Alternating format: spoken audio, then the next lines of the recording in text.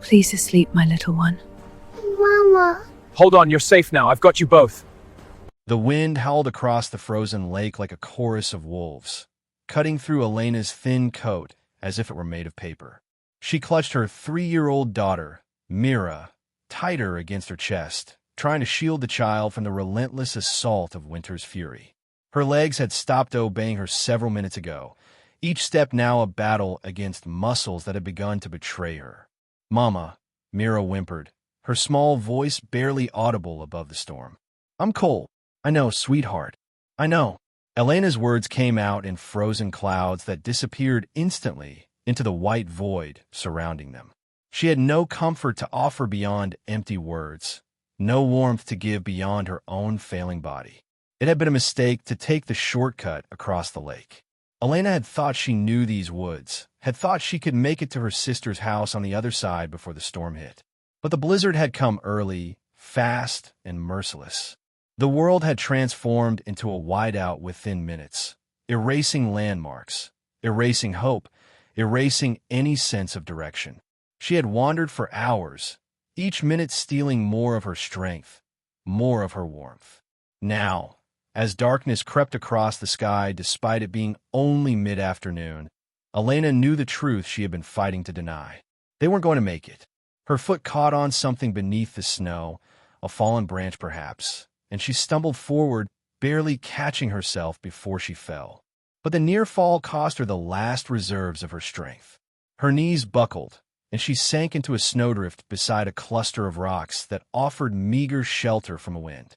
"Mama, get up," Mira said, her tiny hands pushing against Elena's chest. But there was no strength left. Elena's body had made its decision. With trembling fingers, Elena unbuttoned her coat and pulled Mira inside, wrapping the child against her chest, skin to skin beneath her sweater. She wrapped her arms around her daughter, creating a cocoon of what little warmth remained in her body. Mira's small form shivered violently against her. "Tell me the story," Mira whispered. "The one about the princess." Elena's lips barely moved, frost forming on her eyelashes. "Once upon a time," she began, her voice a fading whisper, "there was a princess who loved her daughter more than all the stars in the sky." "More than all the stars," Mira echoed, her voice growing drowsy. Elena felt the cold seeping deeper, past her skin, past her bones, into the very core of her being. It no longer hurt. That was the most frightening part, the way the pain had transformed into a strange, almost pleasant numbness. She had read somewhere that this was how it happened, how people froze. First the pain, then the numbness, then sleep, then nothing. She pressed her lips to Mira's forehead, feeling the child's breath against her neck growing slower, shallower. Tears froze on Elena's cheeks as she realized she was failing at the only thing that had ever truly mattered, protecting her child. "I'm sorry," she whispered into Mira's hair. "I'm so sorry, baby." The wind seemed to quiet, or perhaps her ears had simply stopped working. Elena's eyes grew heavy, impossibly heavy. She let them close, still holding Mira tight, still trying to give her daughter every last bit of warmth her body possessed. This is how it ends, she thought. Not with the dramatic tragedy she might have imagined, but with simple, silent cold. She had fought so hard for so long, through poverty, through her husband's abandonment, through every struggle life had thrown at them, only to lose everything to a storm and a foolish decision. As consciousness began to slip away, Elena's last coherent thought was a prayer that it would be quick, that Mira wouldn't suffer long, that perhaps there was some mercy left in this frozen world. Then there was nothing but darkness and cold. But death, it seemed, had not come. Elena became aware of warmth first. Not the numbing cold disguised as warmth that had been her last memory, but real, genuine heat. It surrounded her, penetrated her, called her back from wherever she had been drifting. Her mind resisted consciousness, confused by the sensation, convinced it must be some final hallucination before the end. Then she felt movement, the steady rhythm of footsteps, the sensation of being carried. Strong arms held her and Mira both. A heartbeat that wasn't her own thundered against her ear. Her eyes flew open. She was cradled against the chest of a man, his thick winter coat wrapped around both her and Mira. He was moving quickly through the storm, his face obscured by a fur-lined hood, his breath steady despite the burden he carried. She could feel the raw power in his stride, the certainty of someone who knew exactly where he was going. Mira, Elena croaked, her voice barely functional. "Shoo," the man said, his voice deep and surprisingly gentle. "Your daughter is breathing. She's alive. Don't try to talk. Save your strength."